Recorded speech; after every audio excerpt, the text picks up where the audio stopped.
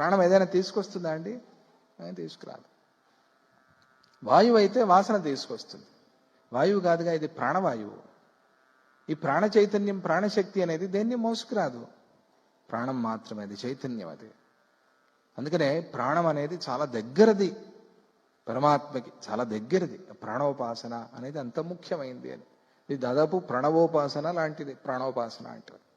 ప్రణవం అంటే ఓంకారం కదా, ఓంకారం ఉపాసన ఎంత శ్రేష్టమైందో ప్రాణోపాసన కూడా అంతే శ్రేష్టమైనది, అంత విశేషమైంది. కాబట్టి దానికి ఆ ఆసంగ దోషం అనేది ఉండదు.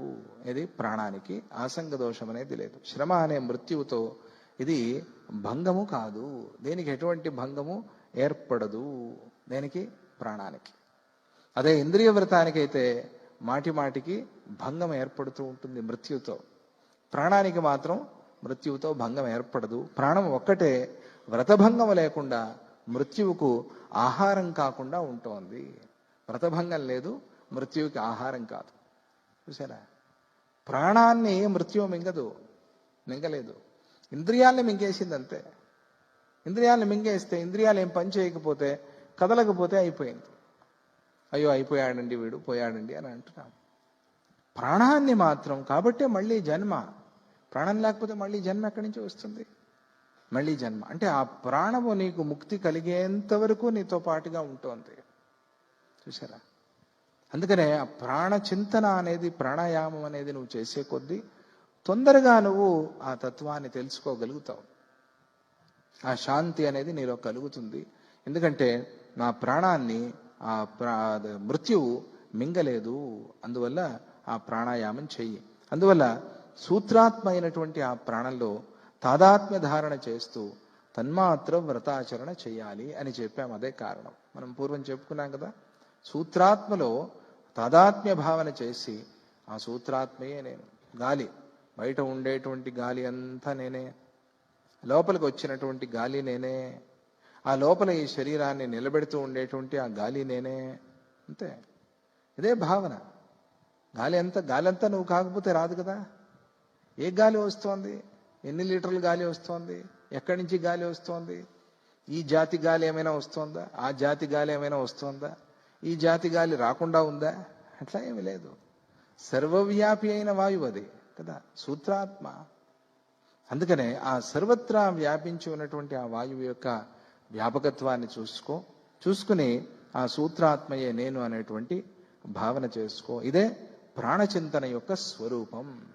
ఎక్కడ చెప్పారు బృహదారణ్యకంలో, దాన్ని ఈయన పట్టుకున్నాడు. చూసారా? అందుకనే మనం గురువుల మాటలు శ్రవణం చేస్తూ ఉండాలి. అది మనకి నా కోసమే చెప్పారని అనిపిస్తుంది. ఇది నాకే అంటే దాని మీద మనం సాధన మొదలు పెడతాం. ఎందుకు అనిపించింది అంటే, ఎప్పుడో నువ్వు సాధన చేసావు, దాని మీద కొంచెమో ఎక్కువో సాధన చేశావు, నువ్వు చేసి వదిలేసావు, సిద్ధి కాల. ఇప్పుడు వింటే బాగుంది, ఇది నాకు, నేను ఈ సాధన చేసుకుంటే బాగుంటుందే అని అనిపిస్తుంది. నువ్వు ప్రారంభిస్తావు, దాంట్లో సిద్ధి పొందుతావు. ఎట్లా?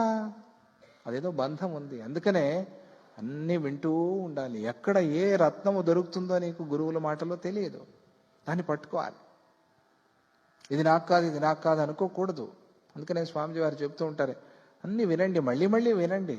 ఏదో మీకు ఎక్కడ వస్తుందో తెలియదు, అభ్యాసం చేయండి. ఆ ప్రకారంగా ఈ ప్రాణచింతన నేను చేస్తూ ఉన్నాను. ఈ రకమైన ప్రాణచింతన కారణంగానే నేను మృత్యువుని జయించాను. అది దీర్ఘాయుష్మంతుడు ఎట్లా అయ్యావయ్యా అంటే, ఇదే, నన్ను మృత్యువు మింగలేదు. దీర్ఘాయుర్దాయం ఎట్లా వస్తుంది? ప్రాణాయామం చేయటం వల్ల ఇట్లా వస్తుంది, అంతే. సైంటిఫిక్గా ఉంది కదా. ఇదేమి కాకి చెప్పినా కాకమ్మ కథ కాదు ఇది. కాకి చెప్పినా కూడా కాకమ్మ కథ కాదు ఇది. ఇది చాలా సత్యమైనది, మనకి చాలా దగ్గరైంది, మనం ఆచరించదగినది. చెప్పానా? ముక్కుండి ప్రాణం ఉండే ప్రతి ఒక్కడికి ప్రాణాయామం. ఇంకేంటండి? నాకు కాదు, నా దగ్గర లేదు, అయ్యో నాకు అవుతుందో లేదు, ఇవన్నీ లేవు. ముక్కులో సమస్య ఉంటే ఆపరేషన్ చేయించుకో, అంతే కదా. సరిగ్గా ఆడదండి గాలి అంటే, ఏదో మరి దానికి ఏం కావాలో కొంచెం రిపేర్ చేయించుకో, అంతే. అంతే తప్ప నేను ప్రాణాయామం చేయలేను, అయ్యో నాకు భగవంతుడు ఆ భాగ్యం ఇవ్వలేదు, ఇవన్నీ లేవు. ఏ కారణము చెప్పి నువ్వు తప్పించుకోలేవు. అన్నిటికీ తప్పించుకుంటాం కదా, దీనిలో మనం తప్పించుకోనే లేం. చేయాలి. ఎంతో కొంత చేయాలి ప్రాణాయామం.